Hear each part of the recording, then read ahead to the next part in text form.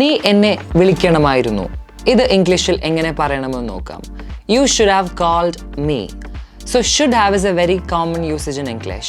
ചെയ്യണമായിരുന്നു എന്നാണ് ഇതിന് അർത്ഥം വരുന്നത്. സോ ഡെയിലി ലൈഫിൽ ഷുഡ് ഹാവിന് വളരെയധികം ഇമ്പോർട്ടൻസ് ഉണ്ടെന്ന് മനസ്സിലായില്ലേ?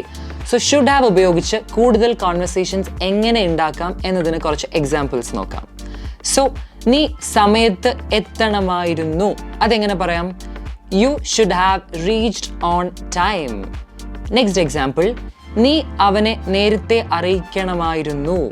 You should have informed him earlier.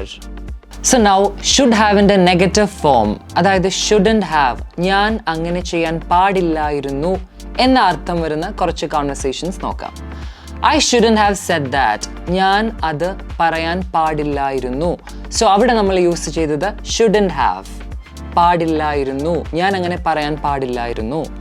I shouldn't have bought that jacket. ഞാൻ ആ ജാക്കറ്റ് വാങ്ങാൻ പാടില്ലായിരുന്നു. I shouldn't have shouted at her. ഞാൻ അവളോട് ദേഷ്യപ്പെടാൻ പാടില്ലായിരുന്നു. സോ shouldn't have ന്റെ ഡെയിലി ലൈഫിൽ ഇമ്പോർട്ടൻസ് മനസ്സിലായില്ലേ? സോ നമ്മൾ ഇന്ന് മനസ്സിലാക്കിയത് ഷുഡ് ഹാവ്, അതായത് ചെയ്യണമായിരുന്നു, ആൻഡ് ഷുഡൻറ്റ് ഹാവ്, ചെയ്യാൻ പാടില്ലായിരുന്നു എന്ന രണ്ട് യൂസേജ് ആണ്.